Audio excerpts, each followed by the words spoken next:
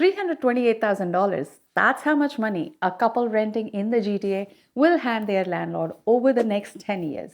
No equity, no ownership, no asset. Just a decade of rent receipts and a thank you card for someone else's investment portfolio. And the worst part, most of these couples are qualified to buy right now. They have the savings, they have the income, they just haven't done the math that actually matters. Not the bank's math, not the mortgage calculator math, the real math that shows you what renting is actually costing you compared to what owning would actually build. That's exactly what we are doing today. I'm going to walk through 3 typical GTA buyer profiles: a single professional, a young couple, and a newcomer family. And I'm going to run every single number side by side: rent versus own, sunk cost versus equity, what disappears versus what you keep. And by the end of this video, you are going to know exactly which side of that equation you are on. I also put all of these numbers, checklists, and calculators into a free guide called the First Time Home Buyer's Black Book. Comment the word home below this video and I will send you the link to download it. You're going to want it because you will want to run your own numbers after you see what I am about to show you. To make this real, I am going to walk through 3 hypothetical scenarios that reflect what a lot of first-time buyers in the GTA are dealing with right now. If you're renting, chances are you will see yourself in one of these. Let's say Sarah is 30, graphic designer making $75,000 a year, renting 1-bedroom condo in Mississauga for $2,100 a month. She's been disciplined, saved $45,000, and every single month $2,100 leaves her account and builds absolutely nothing for her future. That's $25,200 a year gone. Now imagine a couple like Mike and Emily, early 30s, combined income $140,000, renting a 2-bedroom near a GO station for $2,600 a month. They saved $90,000 between them.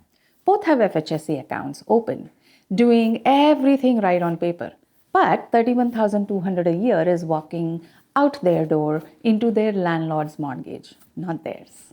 And then picture a family like the Garcias, newcomers to Canada, 3 years in, 2 kids, combined income $110,000, 3-bedroom in Meadowville for $2,200 a month. They saved $60,000. They want to put down roots for their kids, but every month feels like treading water because $26,400 a year disappears and they have nothing to show for it. Between these 3 households, that's $82,800 a year in rent, combined, gone, every single year. Now, here is the question nobody is asking people in these situations. What would that money look like if it was going towards something they actually owned? This is where most people get stuck. They open a mortgage calculator, see a number that's higher than their rent, and close the laptop. Done. Decision made. Renting is cheaper. Back to scrolling listings they will never buy. But that comparison is broken. And it's broken in a way that is costing you hundreds of thousands of dollars over your lifetime. When you pay $2,600 in rent, 100% of that money is gone. Every dollar. You will never see it again. It bought you a roof for 30 days and then it vanished. When you pay $3,600 on a mortgage, that payment is doing 2 things. Part of it is interest. That's the cost of borrowing. Yes, that portion is gone similar to rent, but the other part, and that is the part nobody talks about, is principal. That's your money going back to you. It's paying down your loan. It's building your equity. It's making you wealthier every single month. So when someone says renting is cheaper than owning, what they are actually saying is, I would rather give my landlord $2,600 that I never see again than pay $3,600 where over $1,000 of it comes back to me as equity every single month. That's not saving money. That's losing wealth. Let me show you what this looks like with real numbers. Starting with someone like Sarah, paying $2,100 in rent, looking at a $550,000 condo in Cooksville, close to transit. Realistic price point for where the market is sitting right now, with 5% down, that's $27,500 from her savings. She would qualify for CMHC insurance, which gets added to the mortgage. Monthly mortgage payment at today's rates Around 3.7% for an insured 5-year fixed comes to about $2,750. Add property tax, condo fees, and insurance, and she's at roughly $3,350 a month. That's $1,250 more than rent. Sounds like renting wins, right? Here is what that comparison is hiding.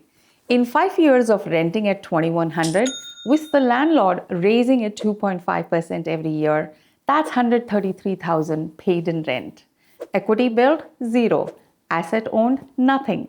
In 5 years of owning, total housing costs are higher, about $200,000.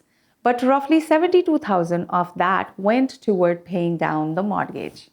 That's money in her name, in her asset. And if the condo appreciates even modestly, say 2 to 3% a year, that $550,000 property is now worth roughly $605,000.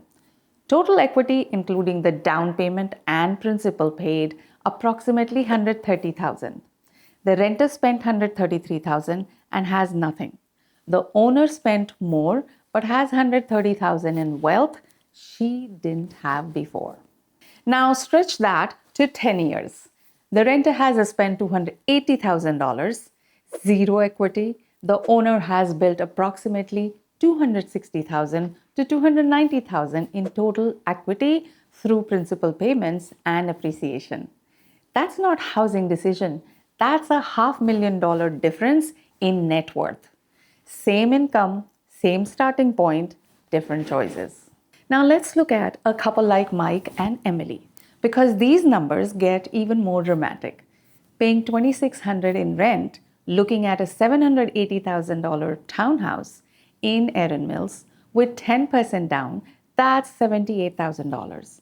They have $90,000 saved. Plus, they have been stacking their FHSA accounts. The mortgage payment at today's rates would come to about $3,600 a month. Add property tax, insurance, utilities, maintenance, and they are at about $4,650. That's $2,050 more than their rent. On the surface, it looks painful. But over 10 years, here is what happens. Renting $2,600 a month with 2.5% annual increase, total paid over a decade, $327,000. Equity built, zero. They own nothing. And rent in year 10 is now over $3,200 a month. It never stopped climbing. Owning higher monthly cost, yes, but roughly $1,200 of the mortgage payment every month goes to principal. At these lower rates, more of every payment is actually building equity compared to even a year ago. Over 10 years, that's approximately $144,000 in equity from principal alone. Add in modest appreciation of 2 to 3% annually on a $780,000 property, the home is now worth roughly $930,000 to $1 million. Total equity built $430,000 to $510,000. Let me say that again. The renters spent $327,000 and have nothing. The owners built up to $500,000 in wealth. That's not a comparison. There is a completely different financial life. And the only difference is one couple made a move and the other one kept waiting. If you're watching this and running your own numbers in your head right now, comment the word home below and I will send you my first time home buyer's black book. It has the affordability worksheet, the closing cost calculator, every government program broken down, and a rent versus own comparison so you can fill in with your actual numbers. A family like Garcia's add another layer. Newcomers with 3 years of Canadian income history. Credit history is shorter, RRSP room is limited, but let's say they have been smart, opened FHSA accounts, built credit steadily, saved $60,000. Looking at a $700,000 semi or stacked townhouse in Malton or Meadowell.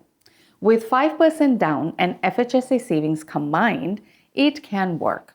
Monthly cost of owning would be higher than $2,200 rent, but every month they rent, $2,200 disappears. Every month they own, roughly $1,000 goes towards their equity. In 5 years, that's 60,000 in equity from principal alone, plus appreciation, plus stability for their kids, plus a home nobody can take from them with a rent increase notice.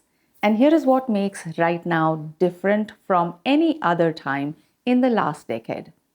GTA home prices have dropped to levels we haven't seen since January 2021. The benchmark price in January 2026 fell to 936,000, down 8% from a year ago. Homes are sitting on the market for an average of 67 days. There are close to 18,000 active listings in the GTA, which means sellers are competing for your attention. You can include financing condition in your offers again. 5 years fixed rates have dropped below 3.7% for insured mortgages, the lowest since the pandemic era. And the federal and Ontario governments have both proposed eliminating the GST and provincial HST on new builds for first-time homebuyers, which, if passed, would save up to 130,000 on qualifying properties. This is buyer's market. The numbers confirm it, the inventory confirms it, the rates confirm it. Everything renters have been waiting for is here. The question is whether you are going to keep waiting or whether you're going to do the math and make a move. I'm not telling you to rush out and buy something tomorrow. I'm telling you to stop pretending that renting is the safe choice. Renting feels safe because the monthly number is smaller, but the lifetime cost is devastating. You are paying someone else's mortgage every single month and calling it affordable. Run your numbers. See where you actually stand. You might be closer than you think. You might be shocked at what waiting is really costing you. Comment home below and I'll send you the first time home buyer's black book. It's free. Everything you need to figure out your real numbers, not the bank's numbers, yours. Or reach out directly if you want to talk through your specific situation. Your rent goes up every year. Your equity stays at zero. That's not a housing strategy. That's a wealth transfer. And you are on the wrong side of it.